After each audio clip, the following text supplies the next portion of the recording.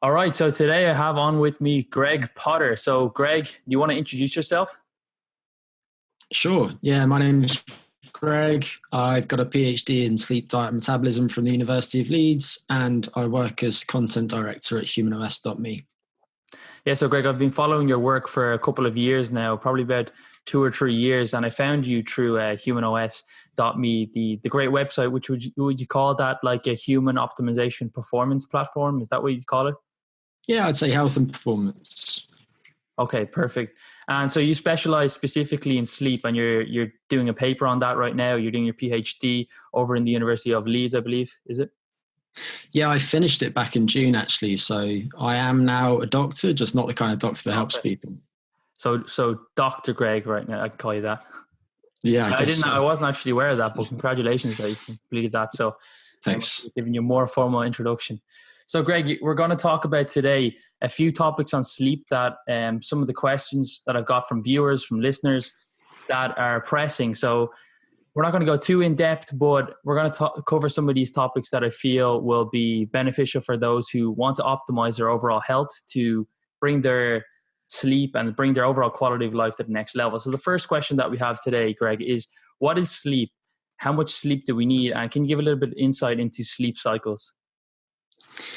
Sleep's quite strange because when you think about sleep, you can't protect yourself against predators. You're at your most vulnerable. So it feels like there should have been strong evolutionary pressure against the development of sleep. And yet every species that's been studied almost displays sleep-like behavior. So the question is, why do we sleep? And many people have different hypotheses about that. To be honest, the reasons that we sleep are probably different according to different species that you're studying. But what's important to note is that if you look at the effects of what happens when we don't get enough sleep, then it's very clear that it's enormously important to every aspect of our biology and behavior. Question, how much sleep do we need, is interesting, and you can look at guidelines. So the National Sleep Foundation, for example, recommends that adults get 79 hours of sleep per evening. And anecdotally, you hear people say, yeah, I get by fine on less sleep than that. But if you look at genetic variation in the amount of sleep that we need, then there's a rare mutation in a gene called DEC2. And people that carry this mutation have the shortest sleep phenotype that we've seen so far. And they need about 6.2 hours of sleep each evening, so 6 hours and 12 minutes. So that's probably much more sleep than people might have anticipated if they need less sleep than everybody else. And various things affect how much sleep we need on an ongoing basis. And an important point to understand is that whereas the guidelines recommend 79 hours, what's right for you is something that only you can find out for yourself. And also the amount of sleep that you need is going to vary based on things like how much physical activity you're doing, whether you have an infection, all sorts of different things. Also, sleep disorders will affect it. So, for example, if you're very heavy and you have obstructive sleep apnea, in which the upper airway intermittently collapses during sleep, then your sleep will fragment. So your sleep will become less efficient.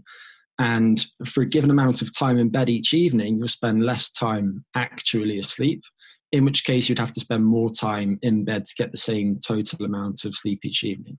So practically speaking, if we think about how much sleep somebody needs and how you can work that out for yourself, I think that you begin by tracking your own sleep, removing the brakes on what could reduce sleep. So for example, caffeine, alcohol, and so on. And then, if possible, minimizing your use of alarm clocks in the morning and getting to bed on time. Once you've done those things and you've started to pay off any existing sleep debt that you have, you can start to work out how much sleep you actually need.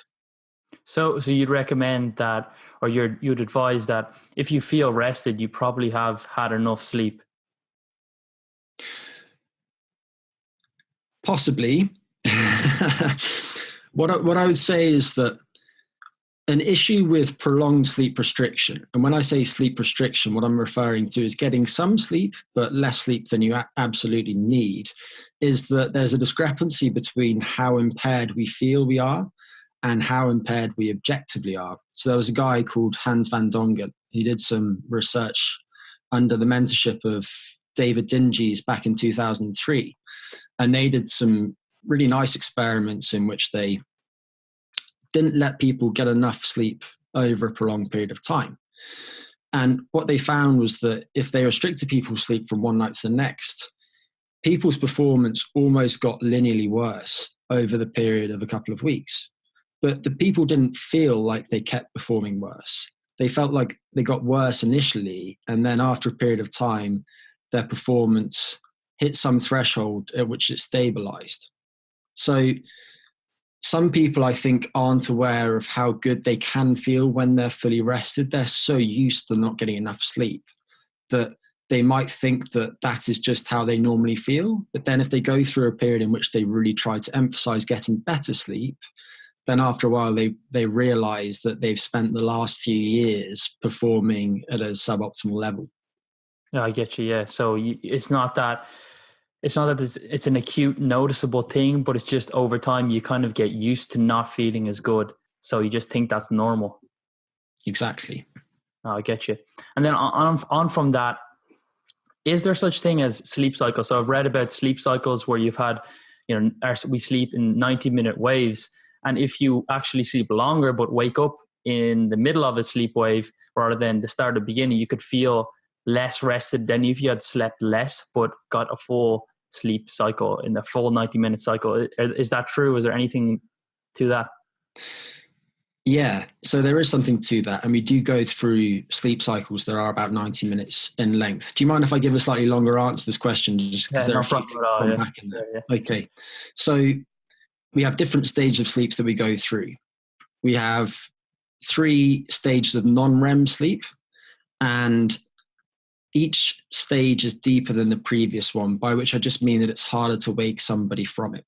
And we measure the depth of sleep by things like how quickly somebody breathes, their heart rate, and also the patterns of electrical activity in their brains. So anyway, at the beginning of the evening, we enter this first stage, which is called non-REM sleep, stage 1, and then stage 2, and then stage 3, which used to be both stages 3 and 4, but now we just call it slow wave sleep. And at the start of the night, that non-REM sleep and deep sleep predominates. And then over the course of the evening, as we go through several of these sleep cycles, we spend a smaller proportion of time in that deep sleep. When we come out of that deep sleep, we often go into REM sleep, rapid eye movement sleep, which is sometimes called paradoxical sleep. And it's so named because even though parts of the brain are as much as 30% more active than they are during the daytime, our muscles are completely paralyzed so that we don't act out our sleep. So that we don't act out our dreams. And it's a very unusual state when you think about it.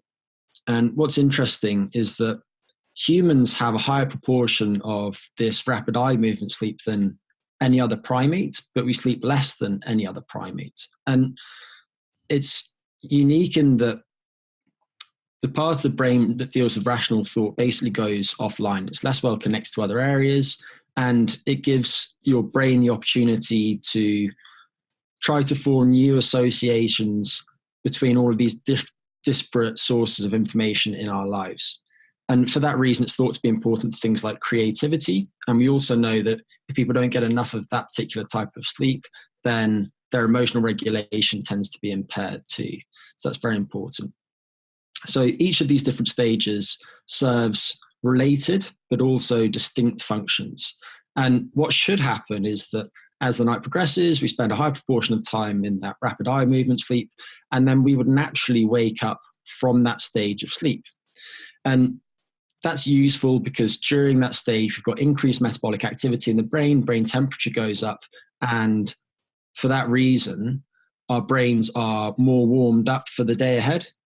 But if you were to wake up to an alarm and the alarm went off during deep sleep, then you would feel more sluggish as a result of that.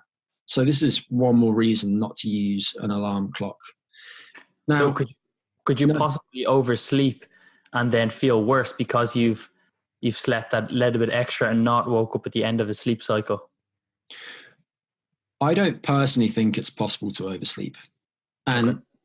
it's an interesting question because if you look at large groups of people, then what you might find sometimes is that people who report sleeping longer have worse health outcomes.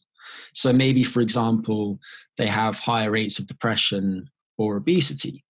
But I think that much of the time, this isn't a reflection of them necessarily sleeping more. Sometimes it is, but sometimes in the case of depression, for example, the people find it hard to get out of bed. In the case of obesity, they might have that sleep apnea, which I mentioned earlier, which means that they have to spend more time in bed to get the amount of total sleep that they need. And then also because inflammation is involved in various chronic diseases, but also is involved in generating pressure to sleep, there's possibly something going on there. But on an individual basis, once you've met your sleep need, it's not really possible to sleep more because of the way that sleep is regulated. And every moment that you're awake during the day, there are chemicals that accumulate in your brain that increase the pressure to sleep. And when you go to sleep, the levels of those chemicals declines. So you're paying off that pressure to sleep. And once you've fully paid off that pressure, hopefully you wake up the next day feeling restored, provided that you get to bed at the right time. And that's just because of the other component of the way that sleep is regulated, which is this circadian component regulated by your body clock. So that's a long way of saying that on an individual level, I don't think that it's possible to sleep too much. And what would happen is if you just let yourself keep sleeping, then you should wake up from the correct stage of sleep. I use the word correct very loosely, and you should feel half decent. Yeah. So it's more correlation rather than causation with the things like depression and obesity. It's just correlated that people spend more time in bed. They may sleep longer, but it's not necessarily a direct causation. Yeah, I think so. Okay, perfect. And you're talking about that it's sleep pressure and wake drive. Is that we're talking about the clearing of adenosine? So when you wake, does that mean that if you wake naturally, all your adenosine should be cleared? Is that correct? And if you're waking unrested, or if you wake up and you're actually still feeling tired, does that mean that there's still some adenosine lingering from the previous night? Yeah, so adenosine, it accumulates in the extracellular spaces in your brain, and it should decline over the course of the evening. There's probably always going to be some there, of course, because your ATP stores are constantly being turned over, phosphocreatine stores, and so on. So there will always be some there. Adenosine is one of them. It's the main correlate of that sleep homeostasis process. There are others too. So some of the interleukins, TNF alpha, some of these inflammatory cytokines, prostaglandin D2 is another one, nitric oxide in the basal forebrain. There are a few of them, but adenosine seems to be the most important one. And just on a side note, that's one of the reasons that caffeine interferes with sleep. Caffeine is an adenosine receptor antagonist.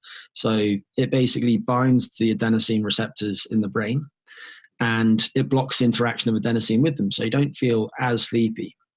And that's one reason that consuming caffeine too late in the day will reduce the pressure to fall asleep, and hence you'll find it harder to fall asleep at night. And it will also interfere with the depth of sleep, because the greater the levels of adenosine that you accumulate in your brain during the daytime, the greater the subsequent intensity of the deeper stage of sleep. Yeah, so I've always thought on this topic of adenosine and coffee is that if you've had a good quality night's sleep and you wake up feeling fully rested, that coffee is basically worthless because it's not doing what it's essentially supposed to do. Is that right, or is there other mechanisms to how coffee or caffeine works? There are other mechanisms, yeah. And it's something that I've thought about a little bit recently, because I think many people find themselves reaching for caffeine-containing products when they're sleepy. And actually, it's interesting, if you look in recent years, then there's been an exponential rise in the number of things like Starbucks that are found nationwide. A little bit concerning. Yeah, exactly. But the issue with caffeine is that if you consume it when you're sleepy, and if you consume it whenever, then it tends to not only interfere with sleep that evening, but also the subsequent evening potentially. And I think that in general, and this is just me speculating, it's better that people would do things to facilitate sleeping more deeply when they're tired and save the caffeine for when they're well rested, because otherwise you could get yourself in a vicious cycle in which you're tired during the day and then you're relying on caffeine and then you become more tired and then you're relying on more caffeine, and all the while you're becoming less and less sensitive to the effects of caffeine too. So just to go back to the other part of the question, are there other compounds and things like coffee that might have effects on brain function? There absolutely are. And coffee is not the only one of them. There's cocoa, different types of tea, green tea, and so on. And you've got all of these different polyphenols in them that probably do have quite potent effects on the brain. So if you look at cocoa flavonoids, for example, then they seem to improve blood flow to certain parts of the brain. They're involved in things like memory formation. And some of these will have so-called nootropic effects that are independent of those of caffeine. Nootropic just being things that should positively influence the function and health of the brain, both acutely and chronically. And caffeine is what's known as a methylxanthine. It's part of that family of compounds. And there's another methylxanthine called theobromine, which is found in things like cocoa. And it's a less strong stimulant than caffeine. But what I'm trying to say is that it's not all about caffeine. And for the most part, consumed in moderation, things like high quality coffee, green tea, and cocoa are probably pretty good for health. So I think I would just cap your caffeine intake at a certain amount, have some variety in the choices of caffeine containing products that you consume, go for high quality ones, and save them for when you're well rested. And just to give a general guideline, I think that it's probably smart for the most part that people consume no more than about 1 milligram per pound of body weight of caffeine per day. So if you're a 180-pound person, then that's about the amount of caffeine that's contained in a strong coffee. And I'd try. It's not that much. It's not that much. No, most it's people not. are probably consuming more than that, I'd say. You know, in one Monster energy drink, I think, which is quite popular amongst like gym goers and younger generations, I think there's about 150 milligrams. So, you know, that's just in that, it's pretty much hitting your target. I think the timing is very important. So we don't actually have good data on the importance of timing. What we do know is that if you consume caffeine too late in the evening, then it will delay melatonin synthesis by the pineal gland, and that's a hormone that's very important in the regulation of your body's clock. It will also delay sleep onset and potentially interfere with sleep architecture too. So it seems in general to shift the body clock a little bit later and also to interfere with sleep. But what we don't know is whether consuming it much earlier in the day will have those same effects. We do know that if you take caffeine in isolation and you apply it to cells in a dish, then it will slow down the clocks of the cells in the dish, which suggests that in general it should delay the circadian system. But we don't really know that. And I think practically speaking, the half-life of caffeine, or the amount of time that it takes for the peak concentration of caffeine that's reached in the blood after consuming caffeine to come back down to half of that peak level, is about 6 hours. So the recommendation I usually give is to cap your caffeine intake at about 1 milligram per pound of body weight, and to have it no later than about 9 hours before your planned bedtime. Okay, thank you. Thanks so much for that very in-depth explanation. So Greg, I wanted to touch on something that was close to myself, and that is, you know, how does sleep or lack of sleep affect overall fat loss and muscle building? Because about a week ago, I got results back from a UK company called Medichecks, and it was just a full male hormone test. Got different things like estrogen levels, testosterone, free testosterone, sex binding, SHBG. I always mix that up. And what I realized was that I had a bad week of sleep. I don't know what I put it down to. The week before that, the week before I got tested, it was just couldn't get asleep, couldn't stay asleep. I would say I averaged on about about 4 to 5 hours sleep per night that week for about 6-7 days in a row. And I was surprised when I got the results back that my testosterone was in the normal range, but it was quite low. My free testosterone was almost outside of the normal range, as well as my overall DHEA, which we know is one of the hormones that helps produce testosterone and estrogen. Can you talk a little bit about how, overall sleep impairment might affect testosterone or muscle building and fat loss? Sure. I'll start with muscle building, and I'll also start by saying, to my knowledge, there's very little research on it. And I'm not sure there's actually been any randomized controlled trial done in humans looking at the effects of, for example, sleep restriction on adaptations to resistance training, be they muscle hypertrophy, strength, power. So much of this will be theoretical necessarily. But what we do know is that if you sleep restrict or sleep deprive somebody, then you do consistently see a reduction in testosterone in males. You also tend to see an increase in cortisol. An important point is that cortisol has a very pronounced circadian rhythm. So around the time they wake up each day, there's a sharp spike in synthesis of cortisol by the adrenal cortices. And this is to increase blood pressure and mobilize energy reserves ahead of the day ahead to basically get us ready to face the challenges of the day. And then at night, there should be a nice drop in cortisol, because if cortisol is too high, then it will be alerting. And also it potentially could, for example, increase the chances of us getting up to urinate in the middle of the night, because that has those effects.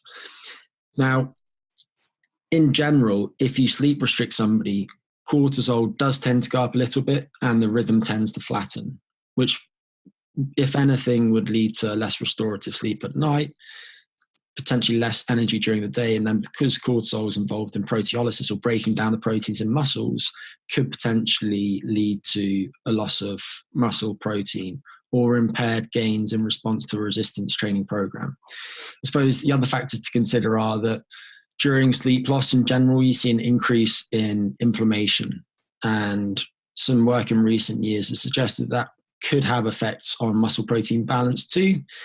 And then the final thing that I'll mention on this is that there's been some work on rodents and the effects of sleep deprivation, so allowing them no sleep whatsoever for 4 days, 96 hours. And if you do that, then you see quite rapid loss of skeletal muscle mass. And you see this reduction in testosterone. You also see a reduction in IGF-1, which is potentially anabolic in skeletal muscle. You see an increase in corticosteroid, which is their equivalent of cortisol. And if you give them resistance training during this period of time, then you can offset those negative effects. And what you see is a more favorable endocrine profile and a protection against the loss of muscle tissue in response to that sleep deprivation. But the caveat that I'd add is that sleep deprivation is a pronounced stressor to our bodies. And let's say that you went 48 hours without sleep and then tried to go into the gym and do a hard strength training session, then you'd be basically adding stress on stress. So I think you have to be very careful about things like the total workload, by which I mean the volume by intensity integral during that session.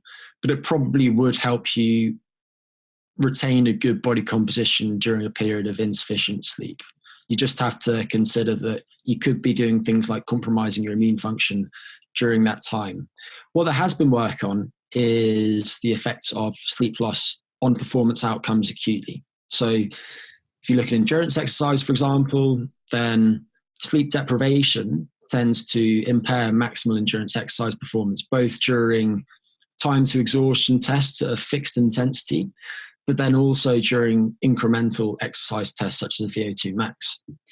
With strength and power exercise, there haven't been that many studies. What I'd say is that in general, complete sleep deprivation doesn't seem to affect performance in very simple tasks of muscle strength. So for example, isometric hand grip dynamometry. If you don't get any sleep tonight whatsoever, and then you measure how much force you can produce while squeezing an immovable object, with your hand, then that number might not change much overnight.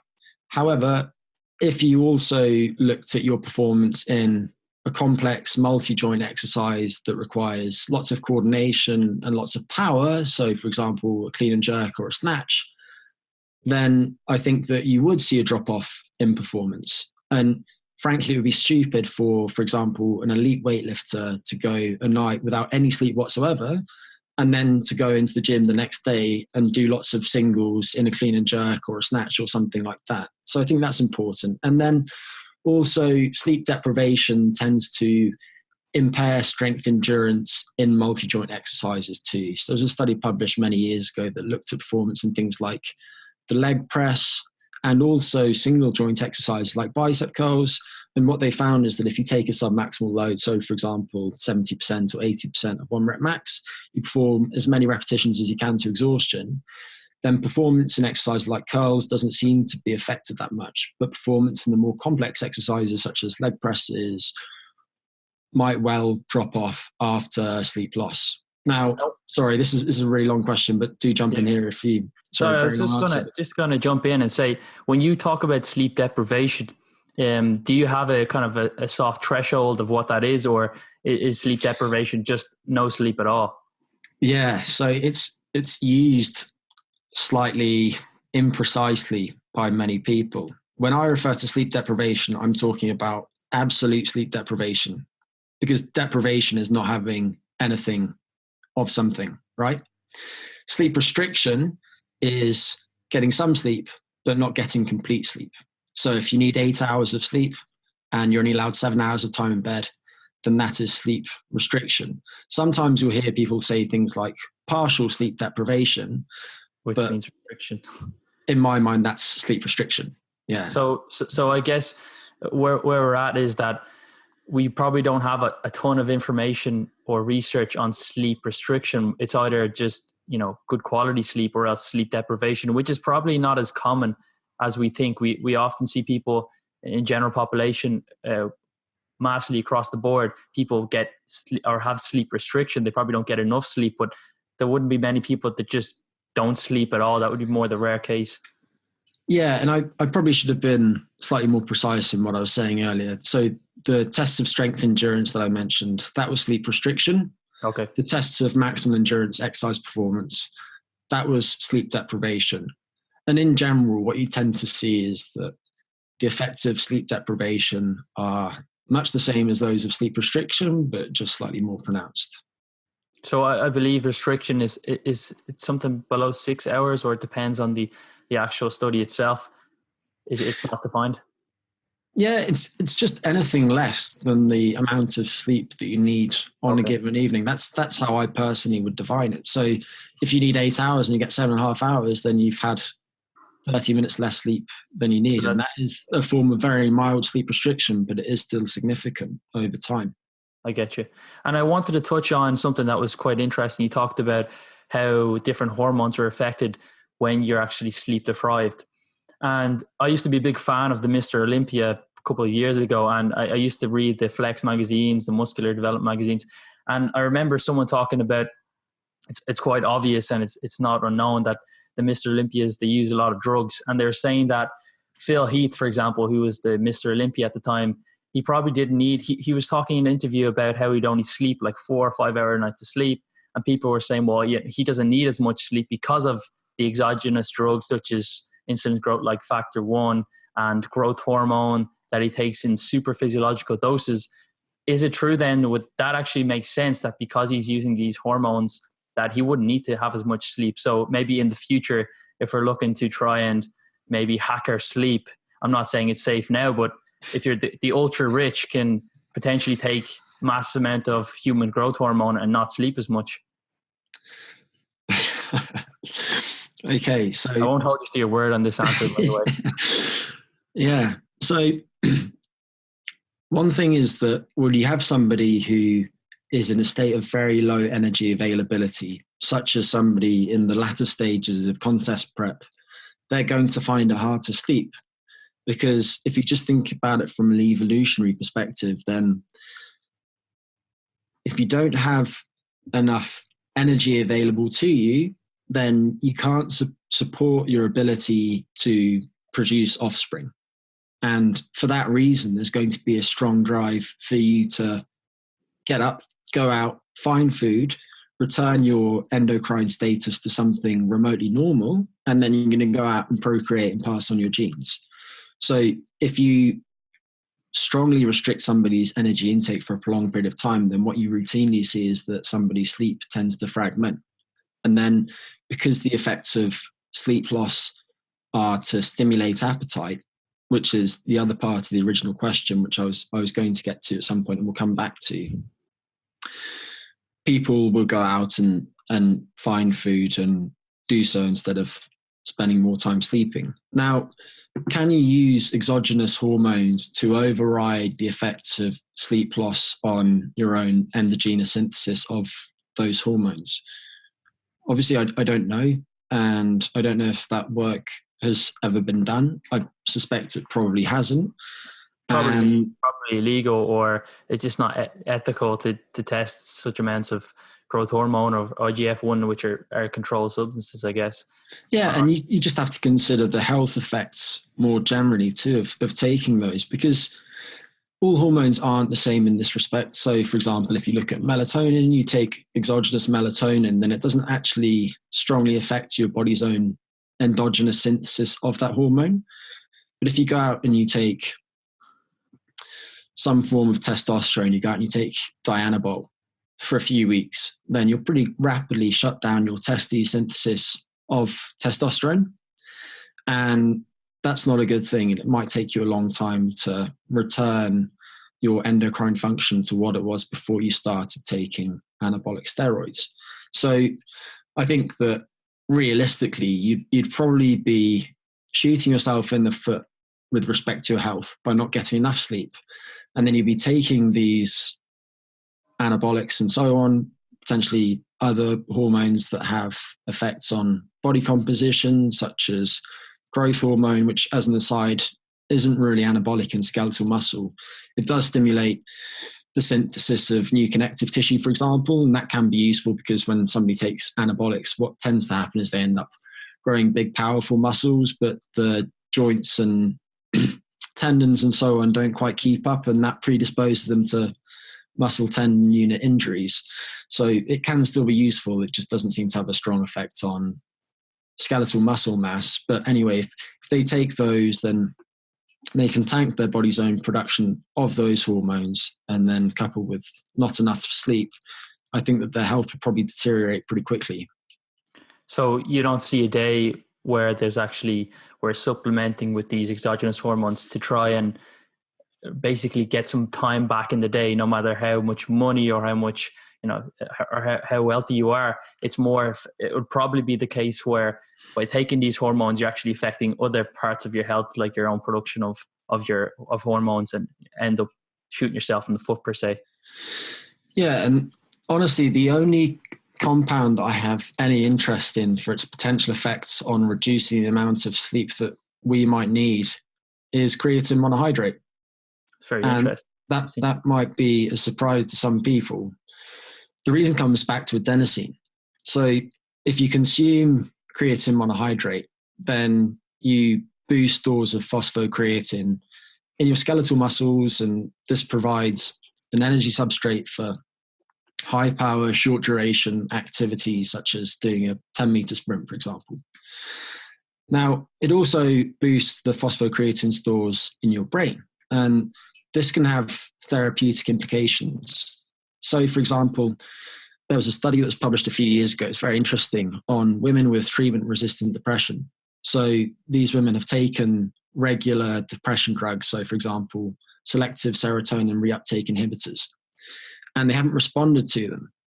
And these women took creatine, and the degree to which their brain phosphocreatine stores increased was correlated with the degree to which their depression symptom severity improved, which is fascinating. And you mentioned the accumulation of adenosine being important to the accumulation of sleep pressure during wakefulness. Now, if you take creatine, then you can boost phosphocreatine stores, and buffer drops in ATP, and also buffer increases in brain adenosine over the course of the day. So what that means is that by the end of the day, you potentially got less adenosine in the brain, reducing the pressure to sleep. Now, if that's the case, then you should see shorter sleep and potentially less deep sleep as well, lower intensity of deep sleep. And there's a study published last year by Marcus Dvorak and colleagues, and they just looked at rodents. So it's not humans. Interestingly, though, many humans do report that if they take creatine monohydrate, they experience transient insomnia. Anyway, they took these rodents and they gave them creatine over time, and they measured sleep objectively using electrophysiology. And they found exactly that. They found that the rodents sleep less, and they also found that the intensity of their deep sleep was reduced. Okay, so you think, well, if that's the case, they're sleeping less and they're sleeping less deeply, then surely you should see what you normally see in response to not getting enough sleep and not getting a deep enough deep sleep. But what do you see when people take creatine? If anything, you see beneficial effects on the outcomes that are negatively affected by sleep loss. So just to give a couple of examples of this, if you restrict somebody's sleep, then you're likely to see a temporary drop in testosterone. If you give somebody creatine, then if anything, you tend to see an increase in DHT, dihydrotestosterone, which has very androgenic effects. If you deprive somebody of sleep, then often you see deterioration in their mood acutely. Creatine has these positive effects on mood in women with depression. If you deprive somebody of sleep, then you potentially see a loss of lean body mass, and people are also predisposed to gaining more fat mass because of effects on appetite, but also because of effects on various aspects of metabolism. But if you give somebody creatine, then typically they gain a little bit of lean body mass, and if anything, they lose a little bit of fat mass. So what I'm saying is that theoretically, taking creatine, if anything, will probably reduce the amount of sleep that we need and reduce the intensity of it. But the effects of creatine are almost perfectly opposed to the effects of not getting enough sleep. And for that reason, I think that for people who go through long periods of time of getting insufficient sleep, so some jobs just necessitate that. Let's say that you're a soldier and you're out on the front lines, and there are some times when you just have to be up. You're deployed. You have no control over when you're working whatsoever. Creatine's perfect in those situations because it could protect you against the effects of sleep loss on things like cognition and body composition and so on. So of all the different things that are available for us to take right now that could reduce the amount of sleep that we need and thereby let us get more done, I think that creatine is the most appealing. And creatine is very safe. It's really inexpensive. You take 5 to 10 grams per day, preferably with something containing carbohydrate, because carbohydrate tends to increase its uptake. Sodium possibly does too. Exercise does too. So just take it with your post-exercise meal, and you're likely to experience those benefits. And potentially you might end up sleeping less too. But at the same time, do we have any very long-term data on the effects of creatine on various health outcomes? Not necessarily. So I'd still be inclined to cycle it for that reason. So creatine is like the supplement that just keeps on giving, and it's probably a lot safer than growth hormone, cheaper too. I'm a big fan of creatine, I'm guessing. And yeah. So just on that topic, Greg, of supplements, I wanted to touch on a little bit on supplements for sleep. So personally, I've been taking magnesium. Sometimes I take 5-HTP and also melatonin. And then I wanted to ask a little bit about CBD oil for sleep as well, because there's a lot of anecdote out in the wider community of how good CBD is, but I'm not sure if there's any kind of research or what your opinions or topic on that topic are. Yeah, so it's just not something that I've spent a lot of time looking at. And for that reason, I would just say take my words with a pinch of salt or three. But there is good reason to think that it could affect sleep. So the endocannabinoid system is important in sleep regulation. So endocannabinoids are lipids, and they have modulatory activity in various brain circuits. And in general, they tend to promote sleep. And of all of these different endocannabinoids, a couple of them have been more researched than others. One of them being anandamide, which is found in chocolate and it's sometimes called the love drug, and the other being 2-arachidonyl glycerol. Anyway, there are two receptors for these endocannabinoids, and CBD can bind to them. And in general, the endocannabinoids tend to promote sleep, and if you block the effects of these on those receptors, then you prolong wakefulness. And there have been some studies on CBD oil and also some other compounds in marijuana, such as THC. And so far, I think it basically shows that it could have therapeutic potential in certain circumstances. So people are looking at CBD for insomnia, for example, also for REM sleep behavior disorder, which is basically a disorder in which rather than your muscles being paralyzed during the state in which you dream, your muscles are active. So people end up acting out their dreams. And I was at a conference last year. It was entertaining. There was a talk given by a lady there, and she was showing videos from her sleep lab of people with REM sleep behavior disorder.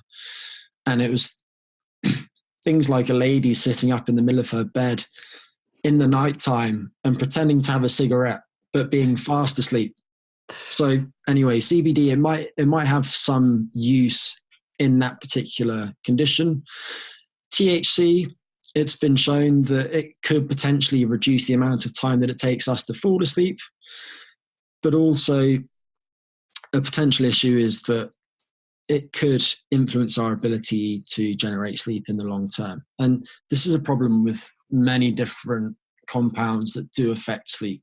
So, for example, many GABAergic drugs, they lead to tolerance and dependency over time. And then when you withdraw them, you stop taking them, you get withdrawal effects, and for a period of time thereafter, your sleep is worse. So they can help you acutely, but they're not necessarily supporting the ability of the system to generate healthy sleep in the long term.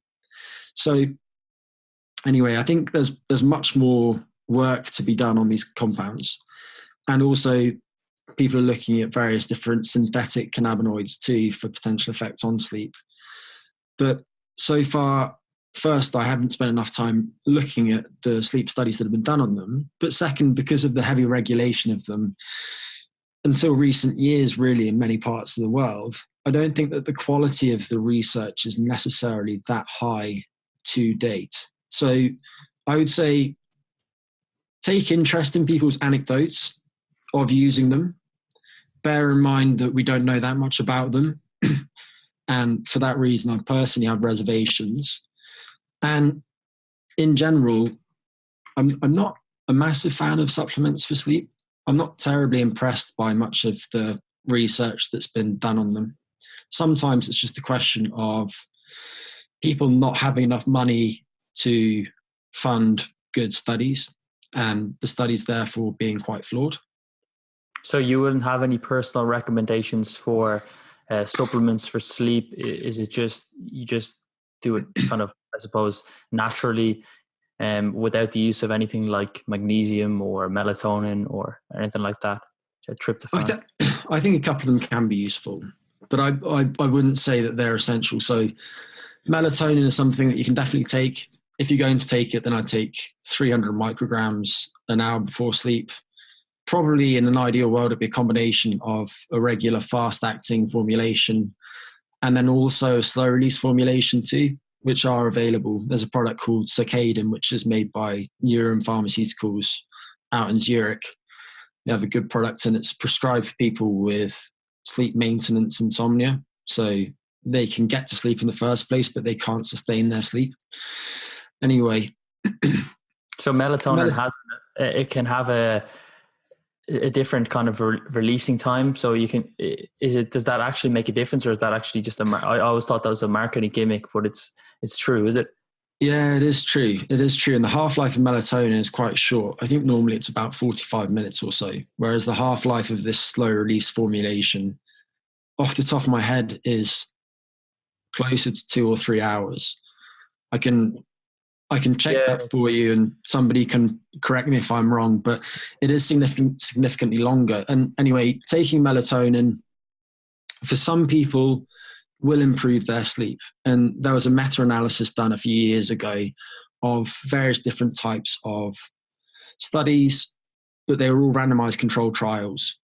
And some of them looked at people with sleep issues such as insomnia. Some of them looked at people with psychological problems. Some of them looked at healthy people. But what they found is that when they pulled all of the results from the different studies, people did fall asleep slightly faster. It was only about 4 minutes faster. Their sleep efficiency was slightly higher. So sleep efficiency is just the proportion of time that you're actually asleep when you're in bed. So let's say that you're in bed for 10 hours each night and you're asleep for 9 of those hours, your sleep efficiency would be 90%. So sleep efficiency was just over 2% higher, and then sleep duration was about 13 minutes longer. So on average, if you look at all of the studies, including people with sleep disorders, then melatonin does seem to be useful for some people. Personally, I think that the strongest use case for melatonin by far is jet lag, and for people with certain circadian rhythm disorders. And in those circumstances, I'd recommend taking a higher dose of melatonin, and typically it would be taken about 1 hour before bedtime. So you take about 5 milligrams as opposed to 300 micrograms, about an hour before bedtime. But that's not always the right recommendation. I'm just giving that as a general one, because the issue is that there's something called a phase response curve, which just means that depending on the time at which you take it relative to the time of your biological clock at that moment in time, it can either shift your biological clock earlier or later. So, for example, if you naturally wake up at 6 a.m. and then you wake up tomorrow at 4 a.m. and you take melatonin at 6 a.m., then that would generally shift your biological clock later. Whereas if tonight you naturally go to bed at 10 p.m. and then you take melatonin at 7 p.m., that will generally tend to shift your biological clock earlier. So that's what I mean by phase response curve. So anyway, melatonin definitely can be useful. I would say don't rule it out. People's responses to these things do always differ. It's a very safe drug. It certainly seems to be. It doesn't seem to produce tolerance or withdrawal effects, which is great. And many people do swear by it. But at the same time, I think that for people who are healthy, it's not necessary. One potential candidate population that could benefit from it is people who are elderly, just because over time, in general, our body clocks tend to function worse. And if that's the case, and for example, if the pineal gland is synthesizing less melatonin, then it could be useful for those people. Other supplements, I'd consider taking glycine. I'm not convinced that glycine has strong effects on sleep, but there's reason to believe that it could have some effect. So it's a major inhibitory neuromodulator in the spinal cord. Glycine tends to bind to a subtype of glutamate receptor called, what are they? NMDA receptors in the master clock in the brain, which is the most important structure in the regulation of your body's clock.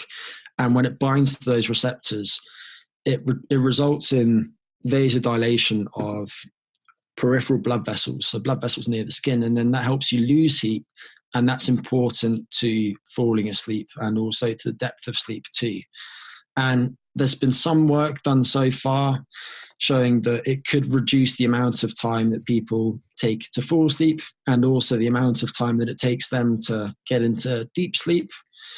and also that it improves subjective sleep quality, so just how well people feel they're sleeping. But there haven't been many studies. The studies are all flawed as far as I can tell.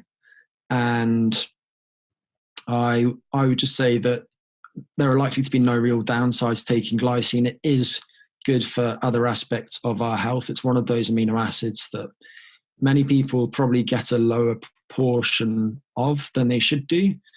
And it's probably good for a bunch of other things. So things like blood glucose regulation and possibly cognition too.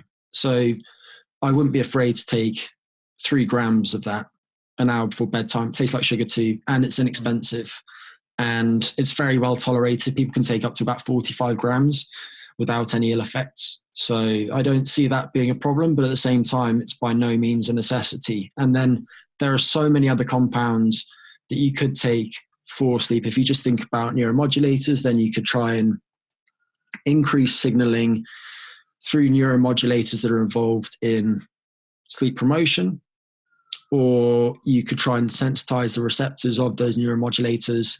If you think about wake promoting neuromodulators, then you could try and block those, or you could try and reduce the number of those receptors as an example. So if you think about the wake promoters, then people are interested in antihistamine compounds because histamine has diffuse effects on wake networks in the brain.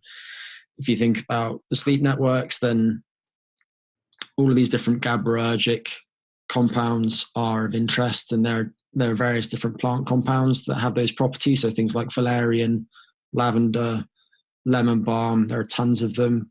And then also something else that we spoke about earlier is just different sleep promoting compounds that are involved in sleep homeostasis.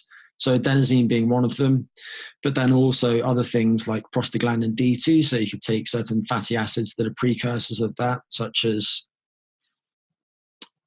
what is it? It's that fatty acid that's also been studied for its effects on responses to strength training. Arachidonic acid, get there eventually.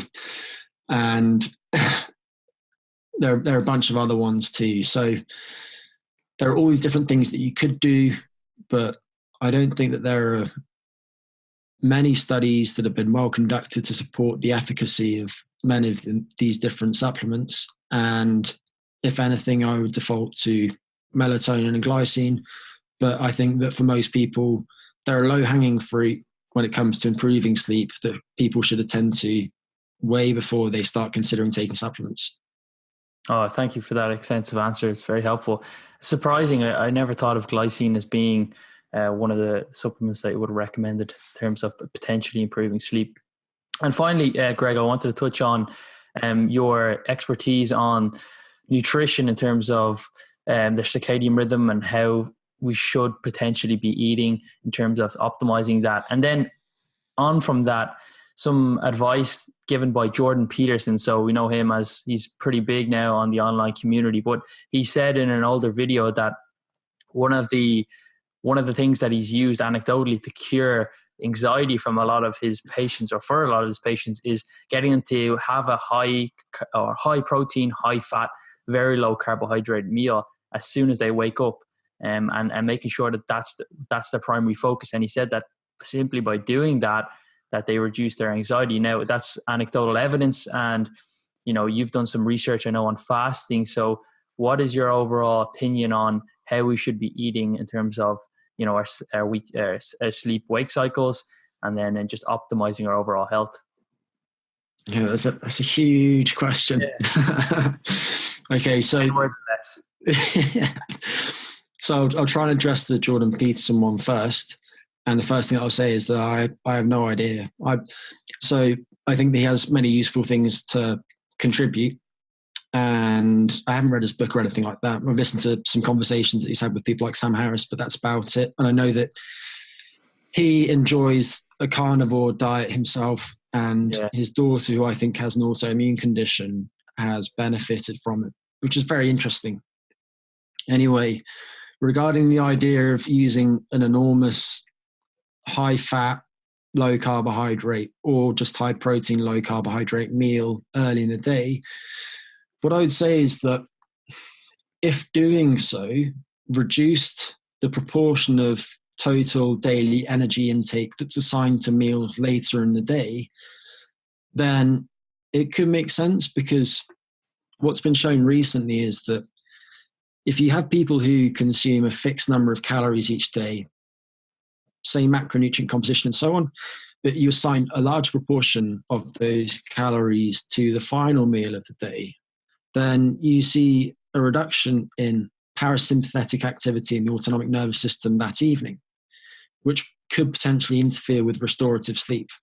And then if people have less restorative sleep, then it's likely that they could experience increased anxiety, for example, the following day.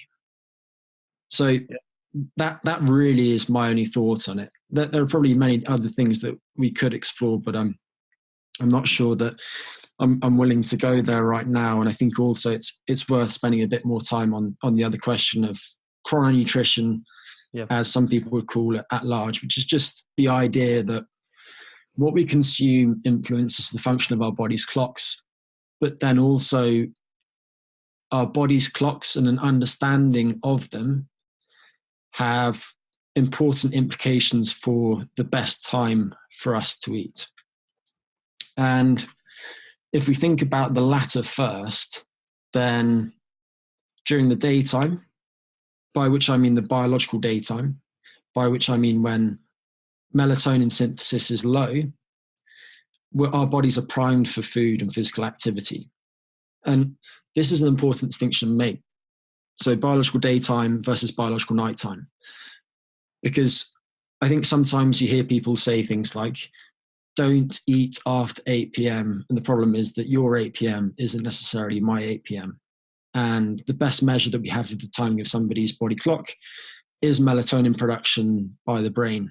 So that's what I would consider diet timing relative to. And because most of us aren't going around measuring our melatonin production, it's useful just to think about things relative to our sleep-wake cycles.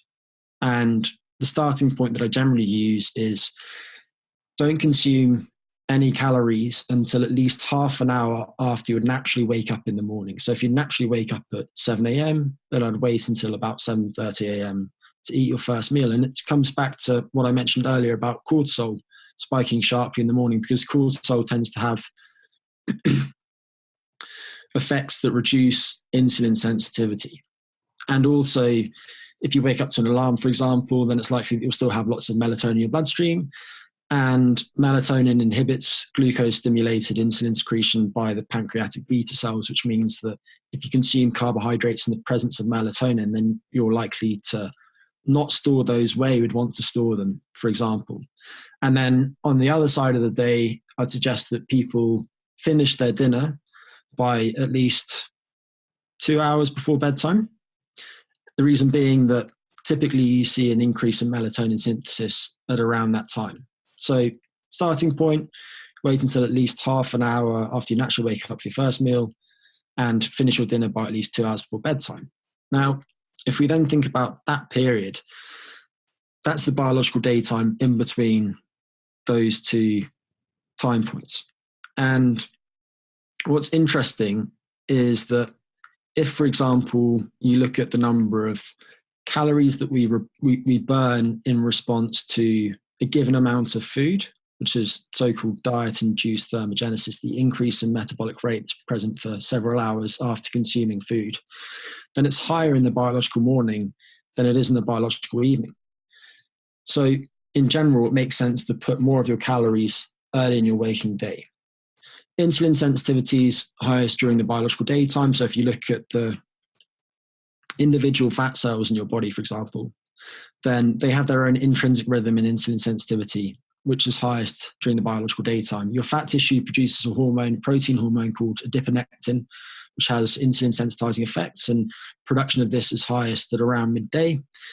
And what you tend to see is that there's actually a bimodal spike in insulin sensitivity, but in general, it's highest during the daytime.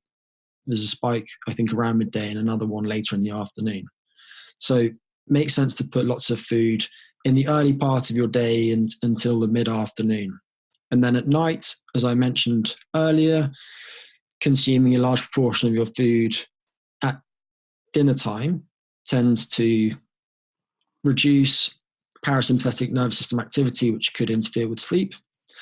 And also because your metabolic rate goes up after you consume food, then it's likely that your body temperature could go up. And what should happen as you fall asleep is that your brain temperature drops, and you want to actually facilitate that process. So that's one more reason that it could interfere with your ability to get into deeper sleep at night. And then if we look at the actual effects of the distribution of the food that we eat on metabolism, then there was a great paper published 5 years ago by Daniela Jakubovics and her colleagues. I think Oren Froy is the senior author on the paper. And what they did is they looked at overweight and obese women who were divided into one of two groups. And the two groups had the same number of calories each day, same macronutrient composition. Difference was that one group had 50% of their calories at breakfast and the other group had 50% of their calories at dinner. And what was interesting is that at baseline, their body weights and their waist circumferences and their blood lipids and their blood glucose were similar.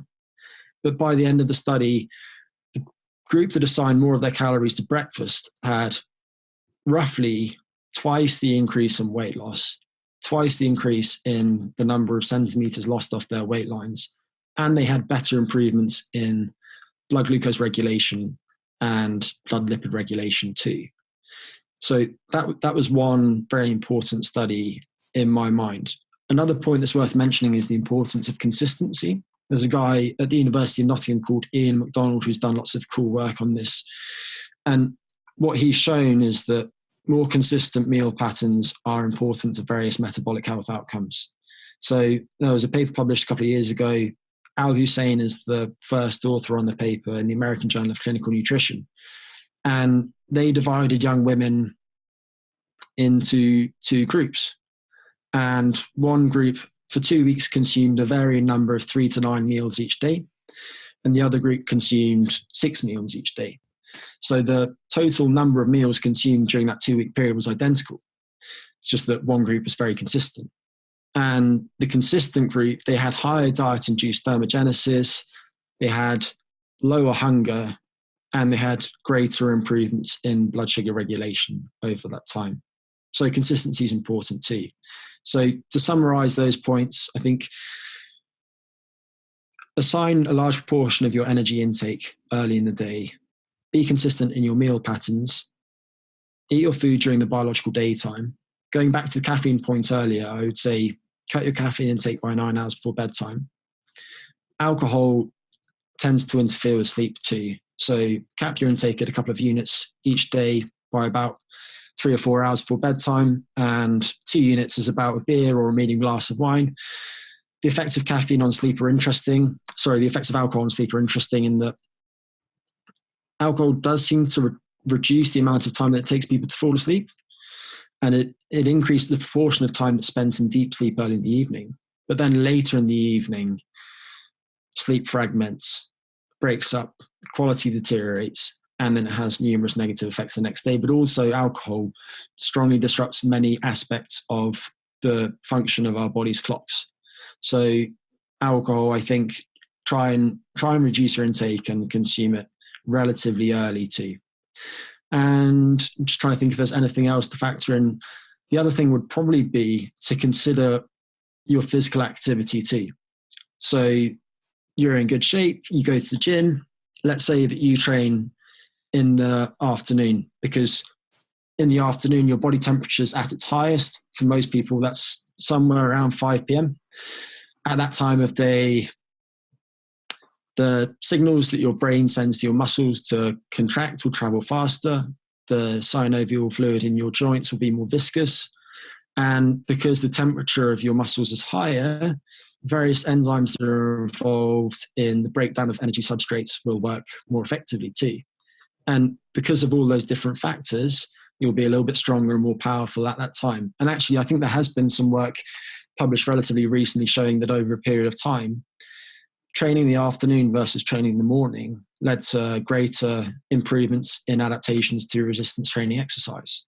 So if you're one of those people that does train in the afternoon, for example, then because resistance training, as an example, has various beneficial effects on metabolism, such as an increase in non-insulin dependent glucose uptake, it's fine to consume a large proportion of your calories around that resistance training exercise bout. I wouldn't worry about it too much. But otherwise, put most of your calories early in the day. And if you think about this in the context of most people's lives, then in general in the West, people consume relatively small breakfasts, probably because they're sleep deprived. Well, sleep deprived is the wrong word, but sleep restricted. Yeah. And then they consume moderate sized lunches and they consume big dinners. And actually, for the most part, it would probably be a good thing for people to flip that on its head, consume very big breakfasts, moderate sized lunches, and then relatively smaller dinners. So going back to what we were always told, and then we were told it's wrong, and now it's right again, that breakfast is probably the most important meal of the day. Yeah, possibly. I'm a little bit reluctant to say that, and I'll add a little bit of. Yeah. Go ahead. Yeah. I'll just add a little bit of detail to that. So, in my mind, maybe the best studies that were done on this subject were by research at the University of Bath. So, Dylan Thompson and his colleagues did a couple of really nicely designed studies.